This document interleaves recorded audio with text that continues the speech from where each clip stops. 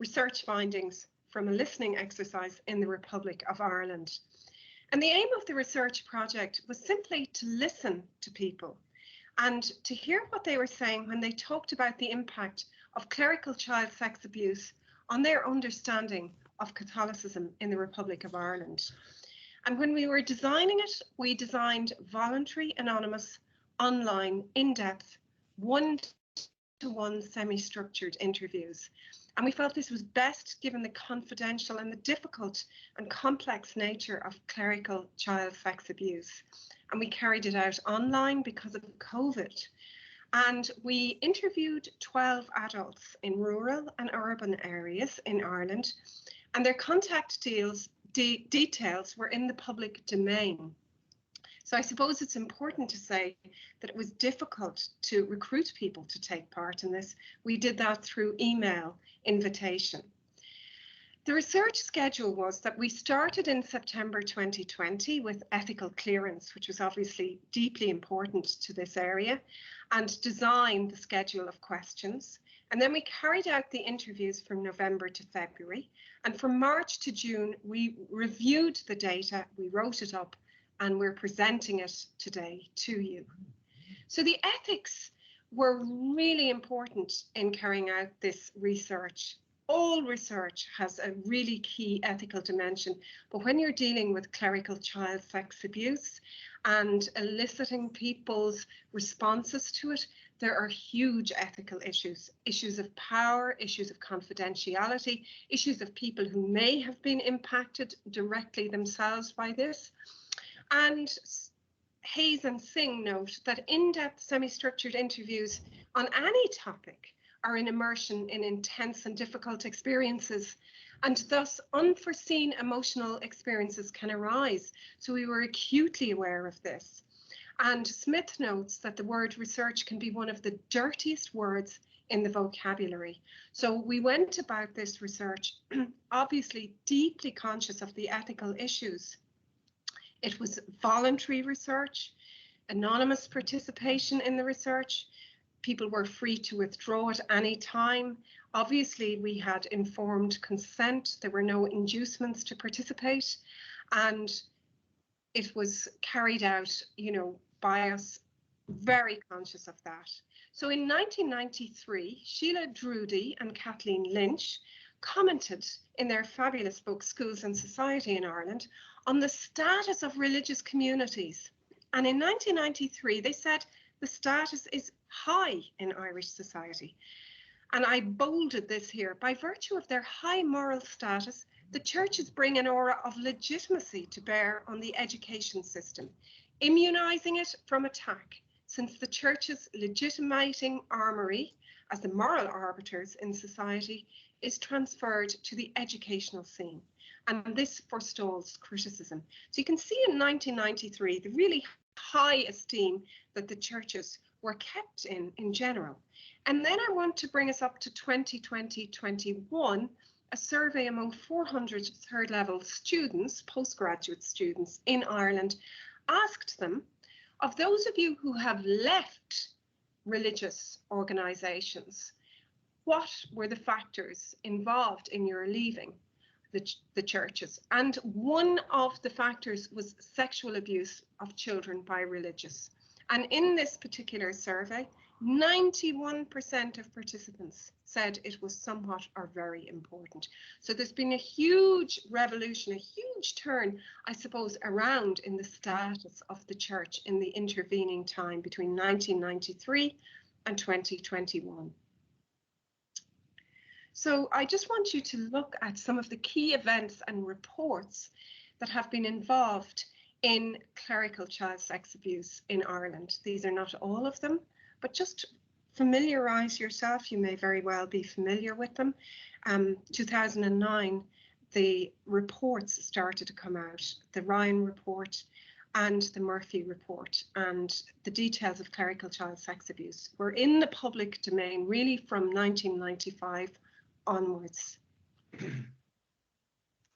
So thanks very much for that, Trish. I suppose Trish just kind of gave the introduction into the research and what we did in the ethical clearances and the background. I suppose from here on in, I'm just going to discuss our findings, discuss the responses that we got to those semi-structured questions that we asked.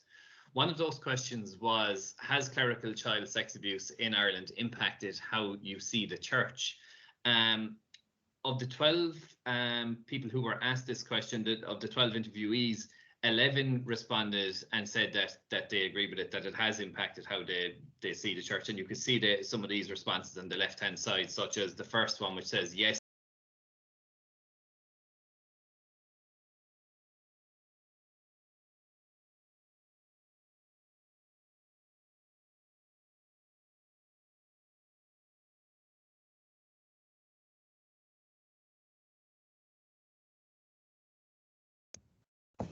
Sorry, Ian, maybe turn back on your mic again, please. It's muted there, the sound. Thank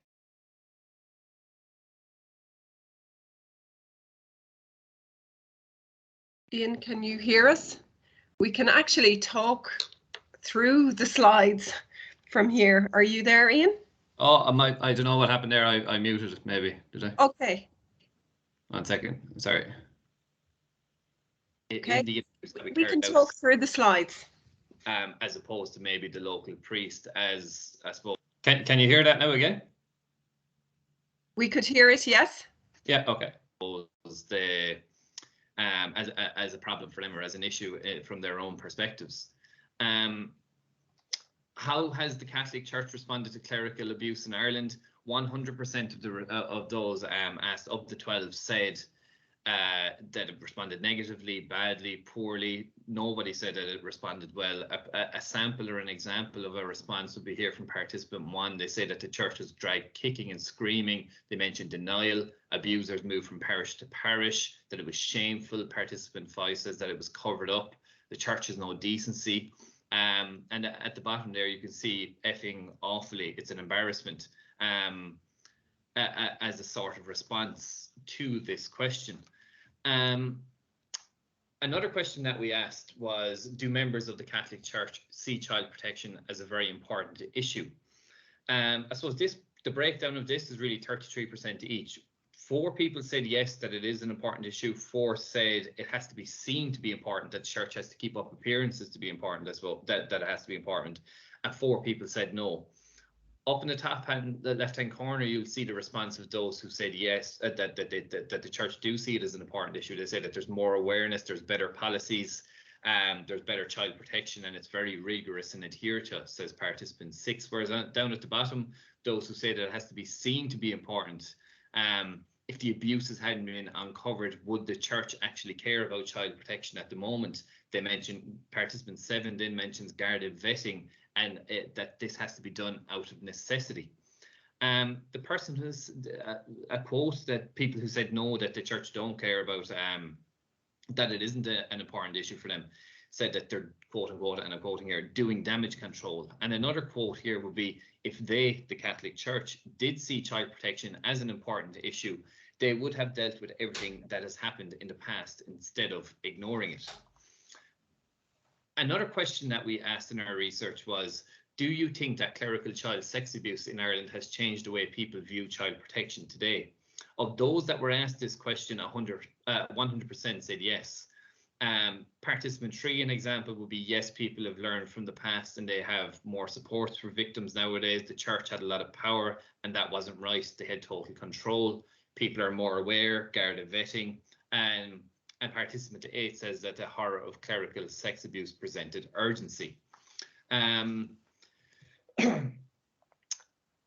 This response of those asked, it was asked to 7 because of the semi-structured nature of the interviews. This question arose for 7 of the interviewees. Of those 7, 100% said that it's still very, the clerical child sexual abuse for them is still very much an issue of the present moment. It's not confined to the past, and it's something that informs how they think about the church at the moment. The question or the statement that we asked them to respond to was, clerical child sex abuse is a shameful legacy from the past, but it no longer conditions how people view Catholic clergy or members of religious orders in Ireland today. an example maybe will be, we'll say participant 5, the second one down, says that it's a shameful legacy that will haunt the church forever. The church was, quote unquote, basically a paedophile ring because it covered up wrongdoings. And there's strong language here and a strong response to some of the questions that we got. Participant 6 says it won't go away until it's addressed properly. Participant 10, shameful legacy and an embarrassment, and they don't see themselves as Catholic anymore because of this. So the impact then on the general public and and how they respond. I think you can see from yourself here that the general consensus is that the church seems to be detached and the priest seems to be detached. Participant 4, the priests are self-serving, egotistical, narcissistic. They have too much power. And if we even skip down just to the last person, participant 11, I believe that at the level of the local priest, there is a respect, but at a hierarchical level, the same respect isn't there because of how they handled allegations. So we get two sort of views there, I suppose, in some respects. Of this question then, has clerical child sex abuse made a difference on how you view Catholic or charitable cultural organisations? Of the 12, 5 responded saying yes, 4 said that no, and it didn't come up in 3 of our interviews. Of those that said yes, you can see on the left-hand side of your screen there, participant 1 says Peter McVerry and Sister Stan do great work, but what they say is what any logical person in the 21st century should be saying. And I suppose a more a different approach such is in participant 10 here underneath, and they say they'd like to see a separation of church and state, and they go on to say that the likes of St. Vincent de Paul and Trócaire, and they say that they are modern day missions, and when they bring charity, they're also spreading their faith, so I can't support them. An example of people who said no, that say that they can dissociate the work from charities from the church. And an interesting one here, I think, is participant 3, and they say people who work in charities do good work, and not everybody in the church acted badly. Priests aren't involved in running them, so I don't mind supporting charities. And I think that's an interesting take and an interesting aspect that came up in our research. And just the final slide here is to consider, can anything be learned from reflecting on the church's past mistakes? Any signs of hope and renewal? Of the 12 that were asked, 2 said that there would be hope for renewal, there can be hope for renewal. 9 people said no, there's no hope for renewal, and 1 person said maybe. On the left-hand side, participant 7 was one of those who said yes, and they said there is a future because people will remain Catholic in the future. Personally, as an educator, I could never go back to working at Catholic ethos school. RE is now more like a history subject and is more fun for students as opposed to pushing an agenda, they say. An example of the person who said no, that said people have turned towards meditation and mindfulness nowadays, and they said that it's new forms of prayer that are not associated with the Catholic Church or Catholic teaching. Until they deal with the past, there can be no renewal. And there's just more example there on the left-hand side of your screen, but I think an important part is on the right-hand screen. On the right-hand side is the person who said maybe, and they said the proof is in the pudding. It's a bit early. It's a bit like renewal after the Second World War, you know. You have to show humility. You have to show that you're learning from it. You have to stand back and take the flak, and renewal is something that will happen. The COVID thing, funnily enough, shows us the value of public spirituality, the value of public religion. It's very important to have something like that. But the problem is, once that gets into positions of power, it becomes the arbiter. It becomes power in itself. It's a sort of self-serving prophecy. So that's just some of the, I suppose, the responses to the questions, some of the questions that we asked. And I'll hand you over for the final minute of our presentation over to Trish to talk about the findings that we got.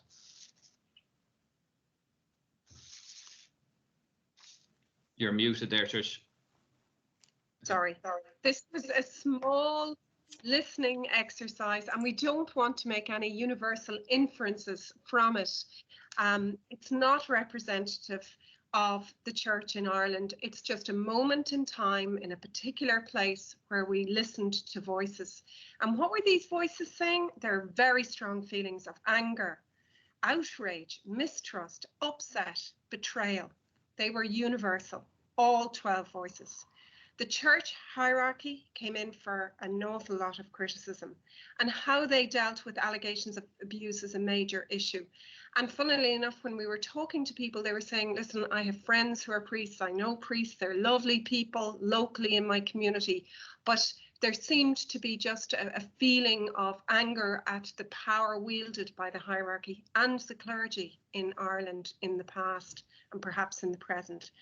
The whole issue of clerical child sex abuse is not a historic issue. It's a contemporary, serious issue that impacts on people nowadays and on how they view the church. Our 12 participants see it as a persistent issue with devastating consequences for the survivors of abuse, for their families, for society as a whole.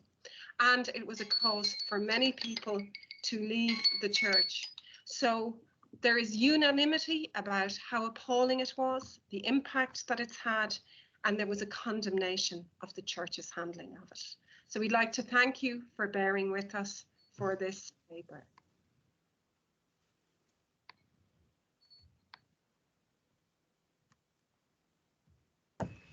Thank you so much, Trish and Ian there. That was very thought-provoking and very interesting. I suppose our final paper now today is being presented by Dr. John Sullivan from Liverpool Hope. And John's paper is called Catholics, Culture and the Renewal of Christian Humanism. So you can go ahead there, John, if you're sharing your slides with us, please. I haven't got slides, thank you. No problem, John, you're very welcome. Good morning, everybody. It's good to have a chance to share with you. My paper is a little bit more removed from the profoundly important pastoral issues that we've just heard in the last 3 papers. But I hope that by the end you don't think it's irrelevant to how we move forward from where we are now. I'm going to do 4 things in this brief paper. I'm going to say something about the spectrum of approaches that Christians have displayed in the face of culture. I'm going to describe 4 directions that I think are wrong directions. Thirdly, I'm going to say something about what I think should be the features of a revitalized form of Christian humanism. And lastly, say a brief word about some possible sources and guides. Every generation of Catholic educators has to find a way to communicate the faith in a manner that is both true to the gospel and relevant for the culture. If the relevance of Christian faith is to be made manifest to our culture, I believe what we need is a renewed form of Christian humanism to be fostered in Catholic education, but also to be deployed in how the Church engages with the world. Over the centuries, Christians have displayed a whole spectrum of approaches to culture. For some, culture is a distraction from the primary goal of salvation, which for them entails avoiding entanglement in the world. In their eyes, culture has no salvific significance. For others, an interest in culture, whatever its attractions, threatens to tempt us into superficial concerns, for culture is neither central to nor vitally necessary for Christian existence. So we might ask, is culture a part of God's plan for human development and a contribution to creation, or is it only a source of temptation to be resisted or even shunned? But for others again, a more positive stance is adopted towards culture. It is thought to be fertile ground for conversion. Culture helps Christians to express, to explain, and to invite other people into their faith. It can contribute positively to human development and even assist spiritual growth. I think the right stance of a Christian is to be neither aloof from nor assimilated by contemporary culture. I think we should avoid setting up an antagonistic opposition between faith and the world of such a kind that it downgrades the worth of human endeavours and denigrates the products of culture. And one should be vigilant about becoming so colonized by contemporary trends that we accept too readily those things that undermine or contradict what is called for by faith. The kind of connection without control to be established between Christian faith and secular disciplines and activities needs to be humble as well as confident, receptive as well as engaged, and appreciative rather than dismissive. Well, if Christians are to engage constructively and effectively in contemporary society, I think this won't happen if they adopt any of the following four approaches. One inappropriate strategy would be to seek to ally the Church with political power in an attempt to return to Christendom. Not only would this have no chance of success, given the very low numbers of seriously committed Christians who live alongside a much greater number of people having no religious commitments, as well as in the midst of those who belong to other religions, it would also clearly contradict the teaching of Jesus as displayed in the Gospels. Christians are not in the business of trying to conquer or dominate society. A second disproportionate approach would be for Christians to put all their efforts into harnessing technological tools and new communications media in order to appear relevant to the current cultural context. This would be to misconceive the essentially incarnational, relational, and holistic nature of Christian communication. A third response, even though tempting for some, would be to withdraw from the world in order to remain uncontaminated by it, and to hold fast in some kind of antagonistic counterculture, seeking to stay huddled and safe in a like-minded and closed-off faith community. We might call this a return to the catacombs, or the promotion of an underground church. Christians should not be hiding from or ignoring society and its challenges. The fourth inappropriate approach would be to maintain Christian life as a parallel existence on twin tracks. That is, preserving the practice of Christian faith and membership of the faith community, and yet for most practical purposes, for example, with regard to work and the economy, education and leisure, or the environment and healthy personal relationships and politics, being so fully assimilated into and at home with a culture and its prevailing assumptions that much of life is lived as if God and the gospel made no difference to their worldview and how this governs their reading and response to the world. To restrict faith to a private enclave that does not impinge on society or offer anything distinctive to culture would be to abandon that culture to malign forces and false assumptions. It would make Christian faith seem self-regarding, inward-looking, and neglectful of its missionary mandate. Christian life must not operate in two separate compartments, with one living by the gospel, while the other follows the way of the world. For cultural impact, Christians need to develop a revitalized form of Christian humanism that equips them to build on the wisdom of their living tradition, embrace what is life-giving in contemporary society, enter into dialogue with those outside the fold, and foster intelligent, open, humble, and loving ways to contribute to their culture. The kind of Christian humanism needed should critically appreciate and creatively appropriate what I would call treasures from the tradition, but also, of course, be alert to blind spots and shortcomings within that tradition, about which we've heard a few good things this morning. And it should be willing to learn from emerging forms of knowledge, and of course from those outside the Christian tradition. This renewed Christian humanism cannot draw only from one denomination.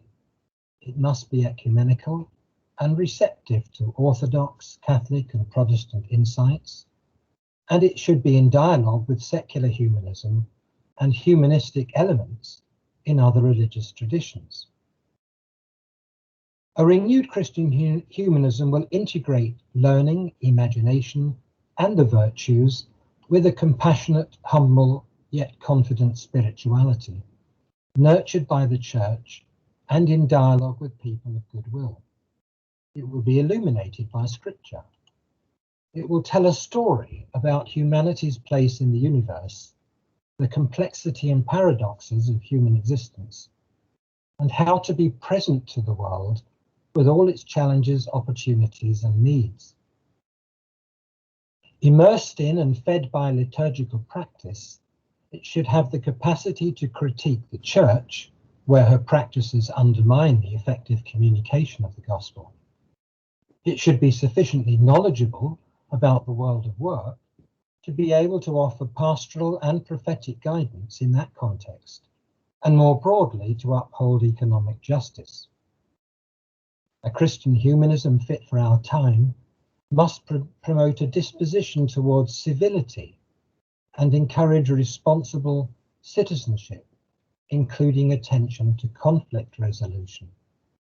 It should support interreligious dialogue and cooperation, facilitate critical literacy with regard to the use of new media for communication, and it needs to display maturity, sensitivity, humility, and openness when dealing with personal challenges that relate to relationships and sexual identity.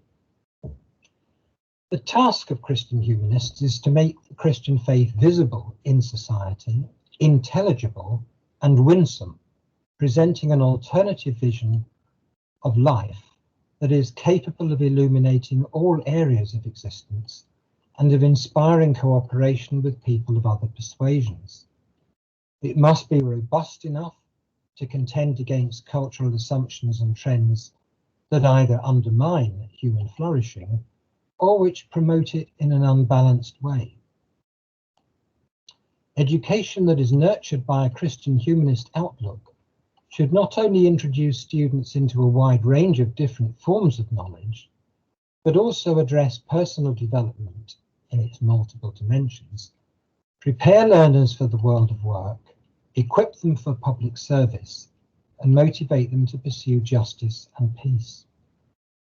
Such education should witness to and invite people into Christian discipleship and foster an informed ecological consciousness. While being strongly rooted in Christian tradition, it must also be humble enough to learn from those outside the family of faith. Interiority, interconnectedness, and openness to transcendence should be evident features of education that is conducted in the spirit of Christian humanism. And for the final part, let me turn to some possible sources and guides.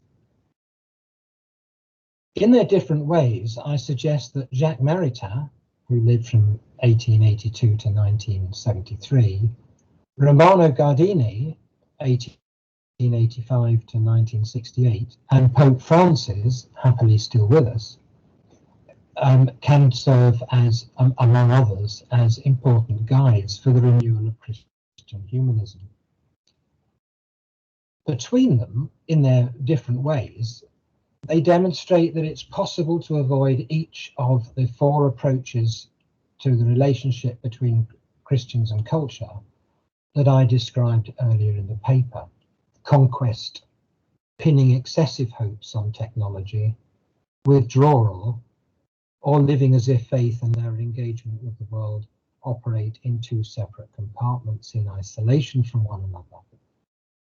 The first stance ignores the reality of pluralism and fails to respect those outside the faith as children of God and bearers of God's image and endowed with their own divinely bestowed gifts.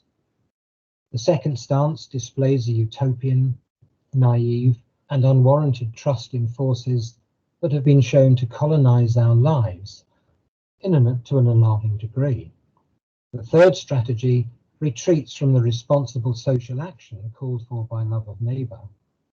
And the fourth mode of living promotes practical atheism, reducing God's role to the realm of a private option, unintegrated into the whole spectrum of human existence. But Maritain Gardini and Pope Francis combine devout Christian conviction with love of the world. They avoid watering down the faith while enabling it to act as a leaven in society. Maritain rejected any attempt to restore Christendom, and he urged constructive involvement in the world, and he made a significant contribution to the acceptance by the Church of democracy, human rights and pluralism. Gardini and Pope Francis have both confronted the ways that technology and the technocratic paradigm demand vigilance and critique for their effects on mentalities and relationships. And all three advocate loving engagement with society and culture, guided by the light of faith, and each one models the integration of faith, life and culture that's called for in many of the leading documents on Catholic education. I'm going to finish with Pope Francis. In his addresses to teachers from Catholic schools on in-service days, when he was Archbishop of Buenos Aires, Pope Francis had already given strong emphasis to social friendship and solidarity as major fruits of education in the Christian humanist spirit. And I end with some words that he said to teachers in such a gathering. Let us not allow the individualistic and competitive mentality rooted in our urban culture to end by colonizing our school as well. Many institutions promote the formation of wolves rather than of brothers and sisters. They educate for competence and success at the cost of others. Our specifically Christian contribution is an education that witnesses to and realizes another way of being human. Thank you. Thank you so much, John. And what a wonderful way to round up our panel for this morning. I'm sure we'll have lots of questions for people. So if anybody would like to actually ask a question in person to all of the, we have lots in the comments box here. So if anybody would like to ask, you know, you can unmute yourself and speak if you wish. So I can see Trish there is ready to go. Are you, Trish? I'm ready to go and thrilled to have such an international panel as well, with brilliant speakers coming in from all parts of the world, Northern Hemisphere, Southern Hemisphere, from the UK and from Ireland. It's just amazing. So, and great papers, really good. Absolutely, very thought-provoking Papers, and all. so thank you so much. Yeah, all very complimentary as well. I suppose we have a comment there from Debra. So Debra, what would you like to verbalize it, or would you like me to speak? It's how has COVID affected young people in forms of belonging that are important to them? I presume that's directed to Káren, is it? Debra? Yes, it is. Yeah. Yeah. In what way then can we actually help these young people reconnect with wider church? Great. Hi, Káren, you're on mute there. Sorry. So sorry. Was That's that sorry? okay. I just missed that. We went. That's perfect. No. So were you asking me about how young people reconnect with the church potentially? Yes. Yeah. I think part of it comes down to, on the whole, I think the parishes that were quite outward-looking to start with, the parishes that are doing quite well now in terms of penance. So, to cut it short, I think if we start thinking about an integrated approach, so what happens between baptism and First Holy Communion, what happens post First Holy Communion, quite often there might be a bit of children's liturgy, a bit of this, that, the other. But if we start actually building belonging in community, not just for children, parents, for families, for wider community. Everything I've said, I think, belongs, is about not just young people, but arguably all people. And I think quite often we hear, oh, let's confirm them before we lose them. We never had them. We absolutely never had them. And I think it's kind of false economy. I think it's really hard jobs, but it's like, you know, it's about mentoring, it's about accompaniment, it's about pretty much thinking about absolutely every single way under God's planet that we can actually foster belonging as communities. So there's intergenerational stuff, there's stuff like a parish day trip, which I'm currently on, apologies. And I think it's, I just think it's key to actually think about absolutely every way that we can engage people, because people's presence matters. People need to feel their presence matters. People know their name. People are bothered about them. They have a contribution to make. It's on one level that's mind-blowingly simple, but that difficult to actually implement. And I think ultimately people are people. This isn't just about young people. It's about all people, and creating that sense of belonging, which is hard to do. We all know it can take years and years to build up. A change of parish priest, a change of situation, and a whole load of stuff dissipates almost overnight. But I think it's putting in those hard jobs and thinking integrated, not just in terms of hanging it onto sacramental moments. And I'm not saying for 1 minute that sacramental is not important, but I think it's about pretty much engagement, and it's how do we get young people involved during confirmation, pre-confirmation, post-confirmation, the witness of young adults to young people, so they see that behaviour modelled. If they don't see older young people involved who are normal, you know, why would you? You don't know you're meant to be involved because it's not modelled. So quite often my starting point with young people is young adults. So they see older young people doing stuff, engaged, involved, who are normal, and then they see that could be there for them too. That's great. Sorry, I've rattled on notes, but no, you haven't. And I know it can be a bit disconcerting with sounds in the background, but you've taken us on a train journey. Many of us haven't been on a train in a long, long time, so we appreciate it also, ironically. But no, thank you. And that has addressed, I think, Patricia's question also, why young adults are not connecting with their parish. You've answered that also very clearly. Yeah, it's that was fantastic. And thank you so much for braving the elements there beside you. And I suppose another, like lots of people, Cora O'Farrell there is saying what an amazing wisdom from the parent that you quoted at the end of your paper also, Káren.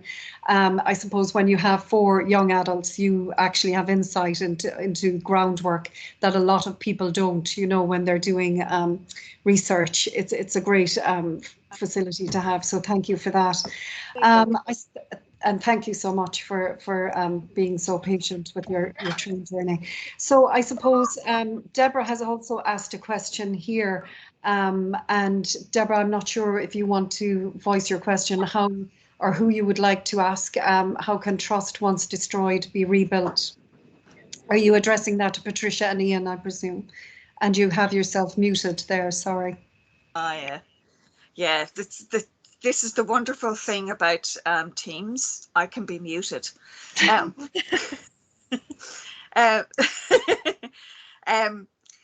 John had a wonderful vision of renewing Catholic humanism and making it a part of religious education. But how can we rebuild the trust once it's been destroyed? And also perhaps maybe Patricia and Ian would like to maybe they have an insight as well, given their topic. So John, over to you.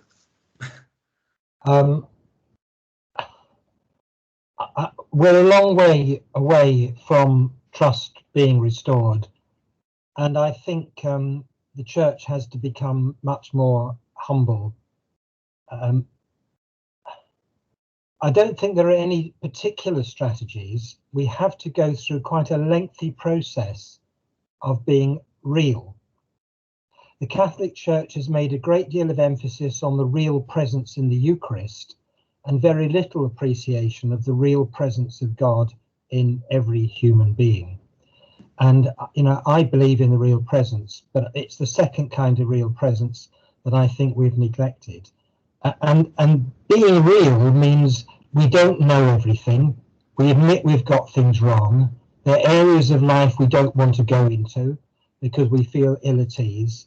And until young people feel, and older people feel that, one, we need them, two, we respect them, three, we're not God's gift to the world or by ourselves, that we've got feet of clay, that we have fears and weak points.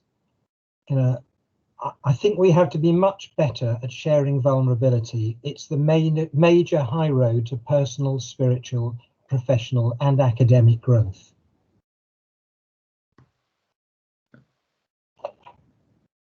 Thank you very much for that, John. Ian, Patricia, would you like to make a comment? Can I jump in there if you don't mind? John, you're talking about kind of embracing vulnerabilities, I think from our own research, myself and Trish, is that from the voices that we heard now, it's a small cohort of voices. It was 12 people, but what kind of overwhelmingly, in my view, anyway, Trish might have a different view, but what really came was that people wanted an acceptance of the vulnerabilities of the church. They wanted the hierarchy to step up and be accountable and to, I suppose, address, from our own research anyway, the abuses that took place, and people didn't feel that was, in our research, that was done well. That there was, in the question that we asked, how has the Catholic Church responded to abuse in Ireland, 100% of the people that we asked said negatively. So until there is an acceptance and a willingness to address and put your head above the parapet, I suppose, that renewal of the church or going forward, it'll be staggered. Maybe not, it's not impossible, but it'll be certainly hindered, I think. I think it's going to take an awful long time. And I think, just as Káren was talking about at a personal level, I think just building up trust and confidence in this pared down, perhaps more muscular, more rooted Catholic Church, where there is a sense in Ireland of renewal, and there are communities that are strong and growing and are being nourished, but an awful lot of people, and ours was a random sample, they have huge anger. And the paradox we found was that people didn't want to talk about it, even though it was very real. It's too painful. Yeah. It's almost too close to the issues to talk about it. But one thing I think is for sure, if we sweep it under the carpet, it will not go away. It will fester. We need to listen, and we need to talk, and we need to be more humble, just as you said, John, and more sympathetic. And I think our wonderful paper on the use of the Celtic symbols, I think, work like that is incredible, because it's addressing, at the root point of building up ministers who are strong and healthy and who have positive relationships. I think that is tremendous. That was a great question. Thank you so much, Debra, for that. And also to John, Ian and Trish for answering it so eloquently. I suppose, could I ask John and Debra, what influenced, the selection of Celtic religious symbols, as part of your study? Yeah. I'll leave that one to the Irish woman. Absolutely. I've always been fascinated by Celtic symbols and the interweaving lines and the patterns they make. I'm a dyslexic, so I think visually. So for me to get my head around something complex like Lonergan scales of values, I need a picture inside my head that'll help me remember that there's 5 bits to it. And of course, the wonderful thing about the Cross of Bridget is that it's both so intrinsically Catholic, but it actually predates Catholicism as well. So there's the history behind it as well. And when I saw the sailing cross, I had never seen the sailing cross before. But when I saw the sailing cross, it just blew my mind. It really did.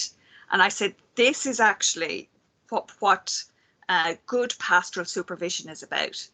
It's about opening your arms wide, planting your feet firmly in the waves of, you know, the human and the spiritual journey, and, you know, being available, being that nurturing, safe presence where people can reflect on their experience, and not just the negative experiences, but also the positive as well.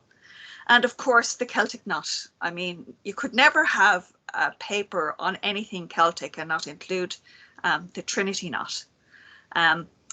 So it just, you know, we all know that there's 4 areas of knowledge, but we can't delve into the unknown because it is of its nature unknown. But the other 3 areas of knowledge we can actually look at, and then of course the circle right in the center of it becomes the symbol of the supervision conversation. Images make the complex sensible.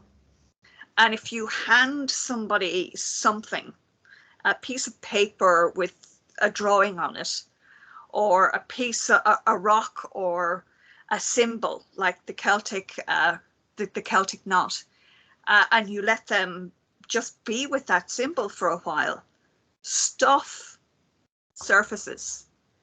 So it actually makes even the most reticent person aware of what's happening inside them. And that's the beauty of using symbolic images in a pastoral environment, because they can mean so many things, and they can all be interpreted differently. Exactly, yeah. You did I'm make just it.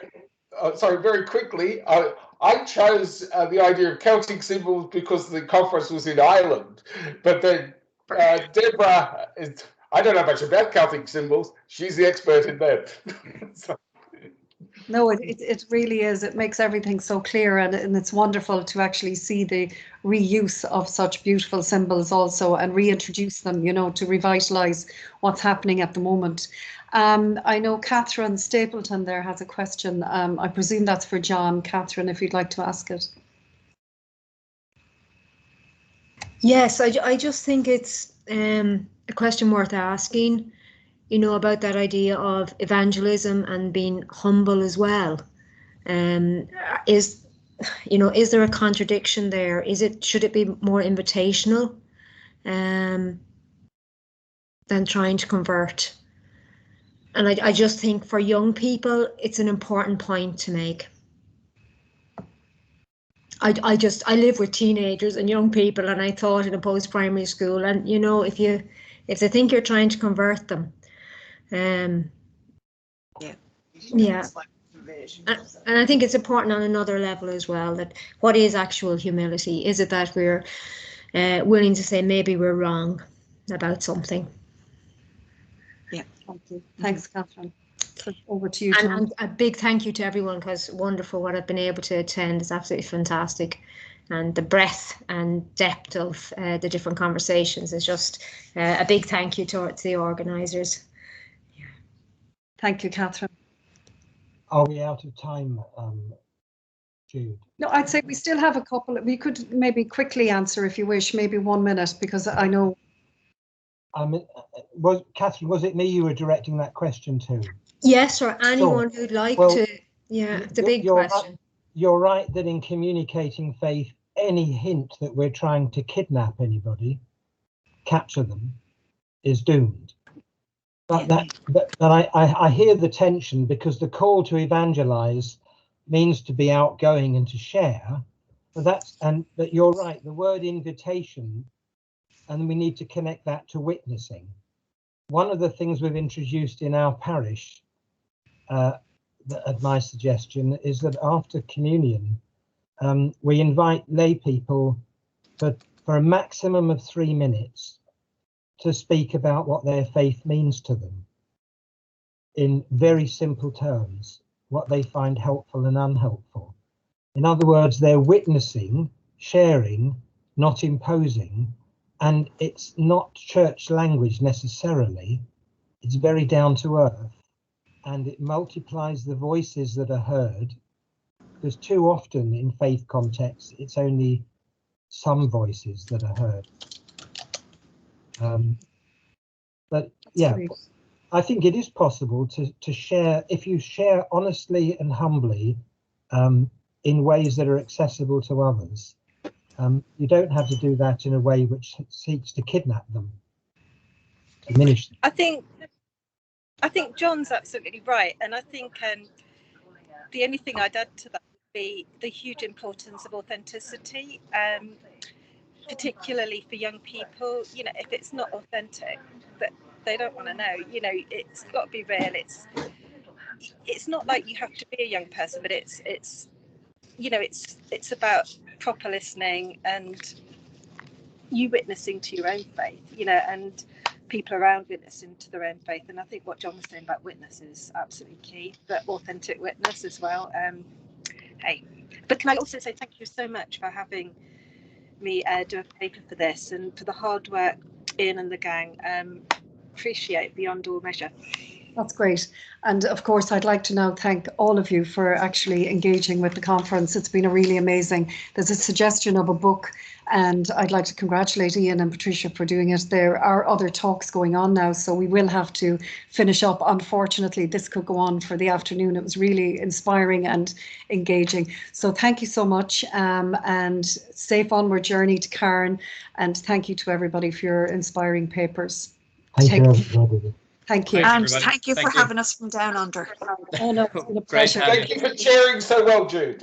Thank you. Oh, John, thank you so much. My first time in an international setting. You never know, but thank you so much. Baptism of fire, Jude. I know, absolutely. Take care. You've just gotten yourself a job. Yeah. Thank you so much. See you later. Take care. Bye-bye. Bye. Bye. Bye. Bye.